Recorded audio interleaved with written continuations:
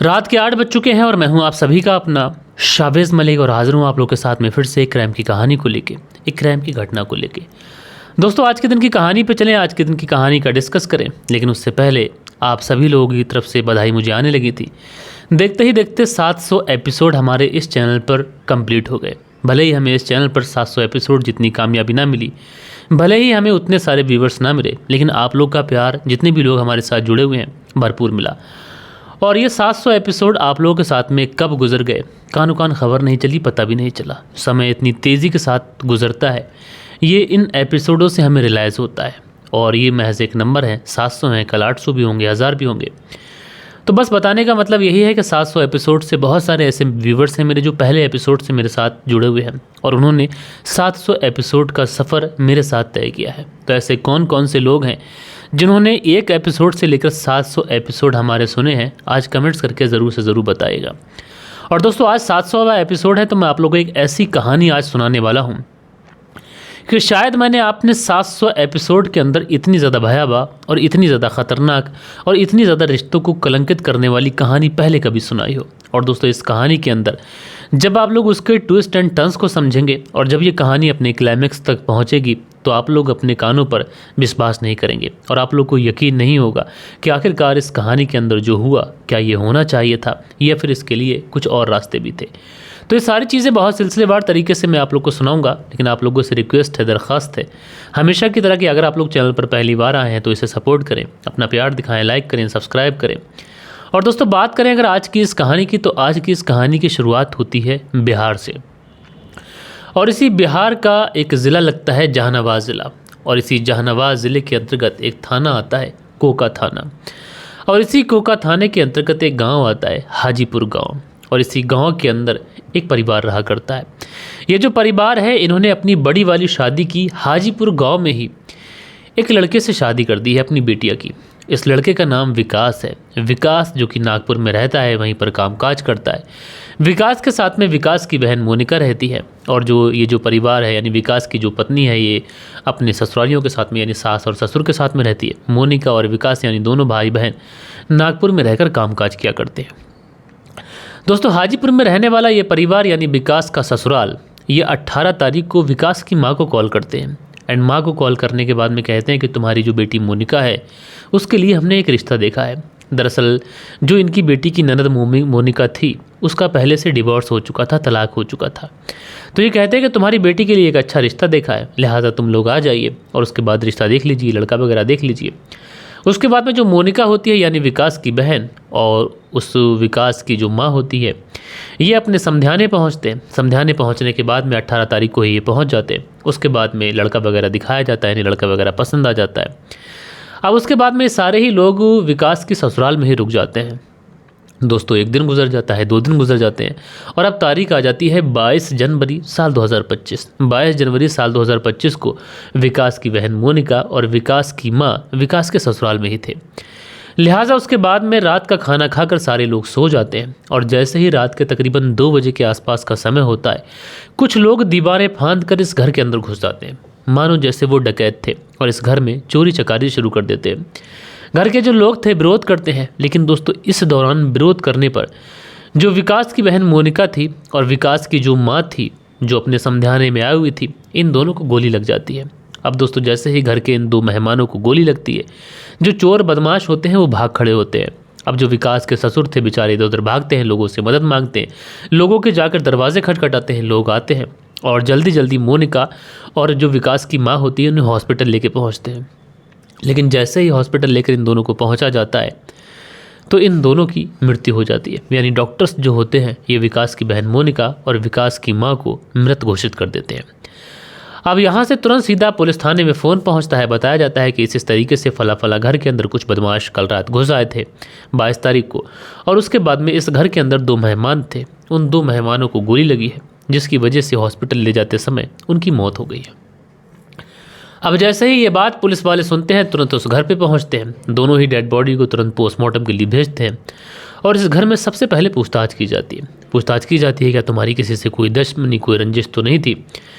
तो जो विकास के ससुर होते हैं वो कहते हैं कि साहब हमारी किसी से कोई रंजिश और कोई दुश्मनी नहीं थी। दरअसल जो लोग भी हमारे घर में घुसे थे वो लूटपाट के इरादे से घुसे थे और उस दौरान हम सारे घर वाले एक तरफ थे और यहाँ पर जो विकास हमारा दामाद है उसकी माँ और उसकी बहन भी आई हुई थी और छीन झपट में उन दोनों को गोली लग जाती है। उसके बाद में वो बदमाश भाग जाते हैं। अब पुलिस इस घर को बहुत ही बारीकी से चेक करते हैं तो पुलिस को इस घर के अंदर कोई भी फोर्सफुल एंट्री दिखाई नहीं पड़ती है। अब पुलिस बड़ा हैरत में कि या तो इस घर का दरवाज़ा खोला गया था या फिर चोर इतना ज़्यादा चालाक था कि उसने किसी मास्टर की से इस दरवाजे को खोल लिया था। अब उसके बाद में आस पड़ोस के लोगों से पूछताछ की जाती है कि जिस समय इस घर के अंदर चोरी डकैती हुई थी, जब इस घर से फायर करने की आवाज़ आई थी तो कोई जग रहा था क्या? लेकिन जितने भी आस पड़ोस के लोग होते हैं वो कहते हैं कि साहब कोई भी व्यक्ति नहीं जग रहा था। तकरीबन रात के 2 बजे के आसपास का समय हो चुका था।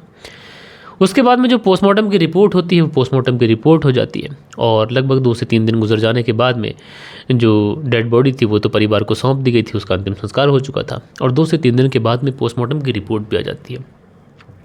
पोस्टमार्टम की रिपोर्ट में ये बहुत क्लियर था कि दोनों को बहुत ही नज़दीक से गोली मारी गई है, यानी सटाकर गोली मारी गई है। अब पुलिस को ऐसा लगता है कि हो सकता है कि इस पूरे मामले में ये दोनों उन चोरों डकैतों के बहुत नज़दीक हों, लेकिन फिर पुलिस को ऐसा लगता है कि घर वालों को एक भी खरोच नहीं है और दोनों ही मेहमान मार दिए गए। अब पुलिस वालों को ये मामला बड़ा अजीब लगता है। उसके बाद में फिर पुलिस वाले सोचते हैं कहीं ऐसा तो नहीं कि यहाँ पर जो विकास की बहन मोनिका आई हुई थी उसका कोई जानने वाला हो, कोई दुश्मनी हो, कोई रंजिश हो।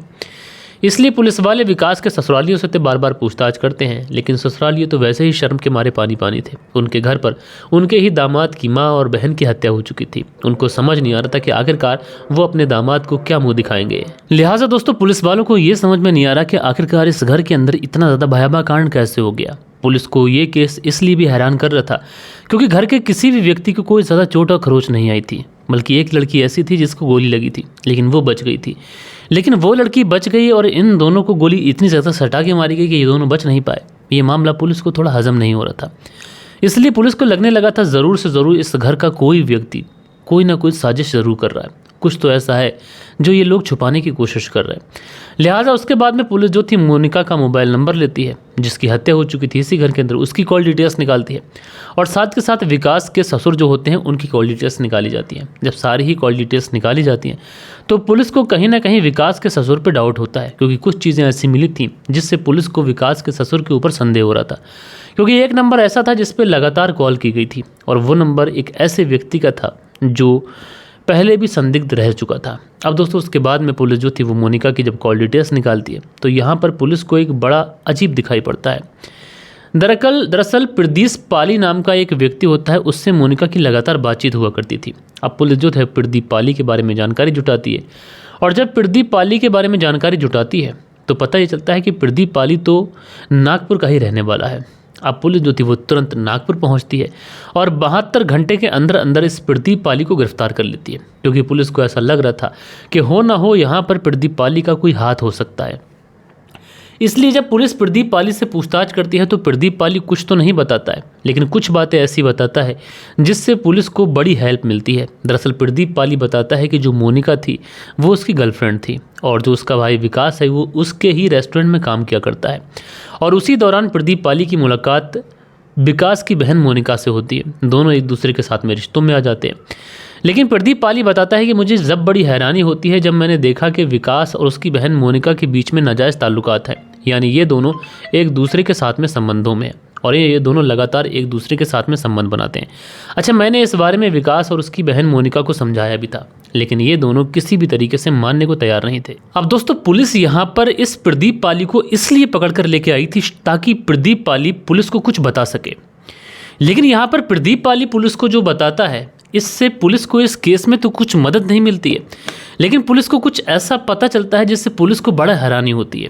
दरअसल प्रदीप पाली जो प्रेमी था इस मोनिका का, ये बताता है कि मोनिका अपने सगे भाई विकास के साथ में नाजायज़ ताल्लुकातों में थी और ये बात कहीं ना कहीं पुलिस को हजम नहीं होती है। अब इसी एंगल पर पुलिस छानबीन शुरू करती है और यकीनन दोस्तों जब पुलिस इस पूरे एंगल पर छानबीन शुरू करती है तो न कि इस हत्याकांड का खुलासा होता है, बल्कि एक ऐसी कहानी निकल के आती है जिसे सुनने के बाद में हर रिश्ता तार तार हो जाता है और आप लोग यही कहेंगे कि आखिरकार कोई इंसान इतना कैसे गिर सकता है। तो ये जो कहानी निकल के आई थी वो मैं आप लोग को सिलसिलेवार तरीके से बताता हूँ। दरअसल दोस्तों ये जो विकास था ये भी बिहार के इसी जहानाबाद इलाके का रहने वाला था और वहीं पर जब इसकी शादी इसी हाजीपुर गाँव की इस लड़की से होती है तो उसके बाद में विकास अपनी पत्नी के साथ में अच्छे तरीके से ज़िंदगी बिताना शुरू करता है। लेकिन शादी के बाद में विकास को नागपुर में काम मिल जाता है। विकास नागपुर चला जाता है, लेकिन वहीं पर काम के सिलसिले में ये अपनी बहन को भी बुला लेता है। बहन को कुछ दिनों तक ये अपने साथ रखता है। अब जो पत्नी थी विकास की पत्नी विकास से कहती है कि वो भी आना चाहती है, लेकिन विकास उस समय अपनी पत्नी को इनकार कर देता है। अब यहाँ पर पत्नी चीज़ें नॉर्मल समझ रही थी, दरअसल यहाँ पर कुछ और ही खेल चल रहा था। दरअसल जो विकास था ये अपनी ही सगी बहन के साथ में नाजायज़ ताल्लुकातों में था और उसके बाद में अपनी बहन की शादी करता है वहीं पर मध्य प्रदेश के रहने वाले एक लड़के से। लेकिन वो जो लड़का जब इस मोनिका के साथ में शादी करता है तो कुछ ही समय के बाद में उसको पता चलता है कि ये मेरी जो पत्नी है इसके अपने ही भाई के साथ में नाजायज़ ताल्लुकात हैं। इस वजह से महज 1.5 महीने के अंदर ही इसकी बहन की जो शादी होती है वो शादी टूट जाती है। अब उसके बाद में ये जो मोनिका थी अपने भाई के साथ में भी नाजायज़ ताल्लुकातों में थी और उधर इसका जो मालिक था प्रदीप पाली उसके साथ भी नाजायज़ ताल्लुकातों में बन चुकी थी। लेकिन इधर जो विकास था ये अपनी बहन के प्यार में कुछ इस कदर मदहोश हो चुका था कि ये अपनी पत्नी के ऊपर ध्यान ही नहीं देता था। पत्नी बिहार में रहा करती थी और जो विकास था ये नागपुर में रहा करता था। अच्छा, अपनी बेटी की ये हालत देखकर जो विकास के ससुर थे उनको कहीं ना कहीं ऐसा लग रहा था कि उनकी बेटी की ज़िंदगी पूरी तरीके से तबाह बर्बाद हो चुकी है, इसलिए उसे ही कुछ करना पड़ेगा। इसलिए वो अब मोनिका की सुपारी देता है और सुपारी देने के बाद में ये मोनिका की माँ को कॉल करता है कि तुम्हारी बेटी के लिए एक अच्छा रिश्ता ढूंढ लिया है। उसके बाद में मोनिका को लेकर मोनिका की माँ इस विकास के ससुर के यहाँ पहुँचती है। जो रिश्ता दिखाया था दरअसल वो रिश्ता देखने वाले नहीं थे बल्कि वो सुपारी किलर थे और उन्हीं को इस मोनिका से मिलवाया गया था।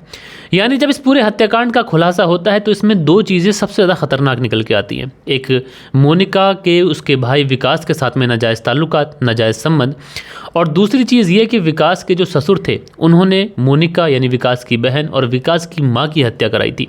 और उन्होंने हत्या इसलिए कराई ताकि उनकी जो बेटी का घर है वो घर बच सके। लेकिन यहाँ पर उन्होंने क्राइम किया। अगर वो चाहते तो अपनी बेटी को विकास से तलाक दिला सकते थे या फिर कानून का सहारा लेकर वो आगे बढ़ सकते थे, लेकिन उन्होंने क्राइम का रास्ता चुना। विकास और उसकी बहन तो गलत थे ही थे, लेकिन विकास के ससुर ने भी कोई अच्छा रास्ता नहीं चुना। बहरहाल दोस्तों, आप लोग इस पूरी कहानी को किस तरीके से देखते हैं आप लोग अपनी राय नीचे कमेंट्स में ज़रूर से ज़रूर दीजिएगा। बाकी दोस्तों कल के दिन आप लोग के कुछ प्यारे प्यारे कमेंट्स भी थे, वक्त होता है कि आप लोग के कमेंट्स पढ़ लिए जाए। सो दोस्तों कल के दिन जो आप लोग के कुछ प्यारे प्यारे कमेंट्स आए थे उसमें मोहम्मद रफ़ीक हैं, लिखते हैं व्यूज़ में कुछ फ़र्क हुआ टाइम बदलने से। तो मोहम्मद रफ़ीक जी, व्यूज़ थोड़े डाउन हुए हैं और ज़्यादा डाउन हुए, यानी डाउन आ रहे थे लेकिन 8 बजे समय लाने से व्यूज़ थोड़े और डाउन हुए हैं। लेकिन मैं सोचता हूँ कि शायद 8 बजे का जो समय है ये धीरे धीरे शायद रफ्तार में ले जाए। उसके बाद में एसके खान है, लिखते हैं नाइस स्टोरी, अंदाज़ भी अच्छा है और शुक्रिया मलिक भाई, सलामत रहें। तो आपका शुक्रिया भाई। मोहम्मद रियाज हैं, लिखते हैं नाइस स्टोरी सर जी, शुक्रिया भाई। देव कुमार जी लिखते हैं very explain story to your voice nice. तो भाई आपका बहुत बहुत शुक्रिया। धीरज सिंह है, लिखते हैं जय श्री राम मलिक भाई जी, आजकल रिश्तों को संभाल कर रखना बहुत बड़ी बात है। अच्छी लगी स्टोरी भैया, भगवान आपको हमेशा कामयाब रखे। तो शुक्रिया मेरे भाई। उसके बाद में सचिन चौधरी जी का कमेंट्स है, शील निधि जी का कमेंट्स है और ये सलाम लिखते हैं। दिनेश कुमार जी प्यारा से कमेंट्स करते हैं। मंसूरी भाईजान जी कमेंट्स करते हैं, मंसूरी भाईजान आगे लिखते हैं। दिनेश कुमार जी कमेंट्स करते हैं, मंसूरी भाईजान। साहिल जी और प्रदीप वर्मा जी कमेंट्स करती हैं पंजाब से। नरगिस बानो जी, संजू जी लिखते हैं 700 एपिसोड होने पर बधाई आपको। मंसूरी भाईजान है, लिखते हैं 700वां एपिसोड पूरा हुआ और सभी दोस्तों को बहुत बहुत मुबारक हो। उसके बाद में मोहम्मद इमरान जी फतेहपुर से कहानी सुनते हैं। राधे श्याम शर्मा है जो कि लिखते हैं इसमें उतरा जल गया है और सिरसी जयपुर से कहानी सुनते हैं। शाहबुद्दीन जी कहानी सुनते हैं। दिनेश कुमार जी कहानी सुनते हैं। और उसके बाद में नमस्ते सर, मेरी बेटी का 13 अगस्त को बर्थडे है और मनप्रीत वर्मा 7th क्लास की स्टूडेंट है। सर जी वेस्ट विस्ट कर देना, थैंक यू सर जी। तो मनदीप वर्मा यानी प्रदीप वर्मा ये कमेंट्स करती हैं, उनकी बेटी है मनप्रीत वर्मा जो कि 7th क्लास की स्टूडेंट है।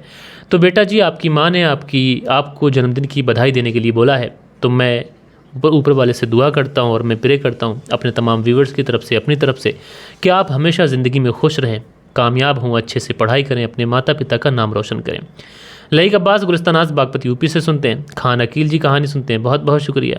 और उसके बाद में खेमराज भट्टी जी कमेंट्स करते हैं। उसके बाद में सुनील त्यागी जी, सैयद आदिल जी, सिद्दीक अहमद जी लिखते हैं ये दौर ही कुछ ऐसा है कि जवान लड़के लड़कियां धर्म से मुंह मोड़कर आज़ाद ज़िंदगी जीना चाहते हैं और भले ही इसके लिए कोई भी अपराध करना पड़े। शायद यही वजह है कि अपराध और जो है वो बढ़ते चले जा रहे हैं। सैयद आदिल जी प्यारा सा कमेंट्स करते हैं। दिनेश कुमार जी कमेंट्स करते हैं। सो दोस्तों ये कुछ प्यारे प्यारे कमेंट्स थे जो कल के दिन आप लोगों ने किए थे।